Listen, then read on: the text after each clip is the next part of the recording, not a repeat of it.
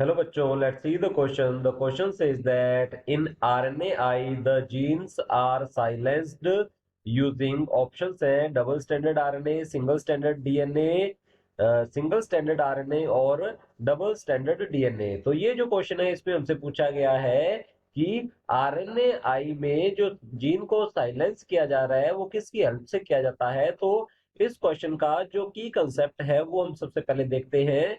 इस क्वेश्चन का जो की कंसेप्ट है वो है आरएनएआई। आरएनएआई जो है इसकी फुल फॉर्म होती है आरएनए इंटरफेरेंस। तो यहां हम लिखते हैं सबसे पहले इसकी फुल फॉर्म ये होती है आरएनए इंटरफेरेंस होती है। आरएनए इंटरफेरेंस जो है ये हम कह सकते हैं ये यूकैरियोटिक सेल्स का एक सेल्फ डिफेंस मैकेनिज्म होता है। तो यहां लिख सकते हैं ये क्या है, ये डिफेंस सेल्फ डिफेंस मैकेनिज्म है, सेल्फ डिफेंस सिस्टम कह सकते हैं या इसे हम मैकेनिज्म कह सकते हैं। और ये किसका है, यूकैरियोट्स का है, यूकैरियोटिक सेल्स का है। तो यहां लिखते हैं यूकैरियोटिक सेल्स का ये सेल्फ डिफेंस मैकेनिज्म और सिस्टम होता है। इसमें एक टारगेटेड डीएनए को या फिर टारगेटेड जो जीन है उसे साइलेंट किया जाता है, एक्सप्रेस होने से रोका जाता है। तो यहां हम इसे कह सकते हैं ये क्या है, इसमें आरएनए की हेल्प से ये किया जाता है। तो सबसे पहले हम समझ लेते हैं इसे। जीन जब कोई एक्सप्रेस होता है तो सबसे पहले जीन से एमआरएनए की फॉर्मेशन होती है और एमआरएनए से फॉर्मेशन होती है प्रोटीन की। अब जीन से एमआरएनए बनता है इसे ट्रांसक्रिप्शन, और एमआरएनए से प्रोटीन की फॉर्मेशन होती है इसे ट्रांसलेशन कहते हैं। और इस तरह से कोई जीन जो है वो एक्सप्रेस होता है।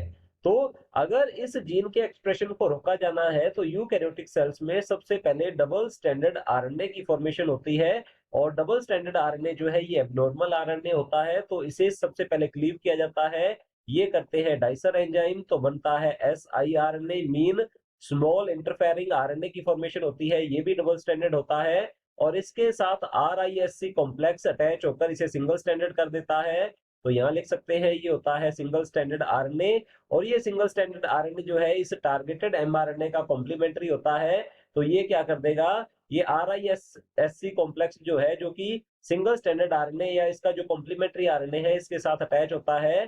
तो ये जब सिंगल स्टैंडर्ड आरएनए इसके साथ अटैच हो जाएगा, हाइब्रिडाइज हो जाता है, तो यहां पर क्या होगा कि ये जो सिंगल स्टैंडर्ड आरएनए है इसे क्लीव कर देता है आरआईएससी कॉम्प्लेक्स की हेल्प से। ये एंजाइम होते हैं जिससे कि एमआरएनए जो है ये टारगेटेड एमआरएनए जो है ये डिस्ट्रॉय हो जाता है, जिससे कि प्रोटीन की फॉर्मेशन नहीं होती और जीन जो है वो एक्सप्रेस नहीं होता है।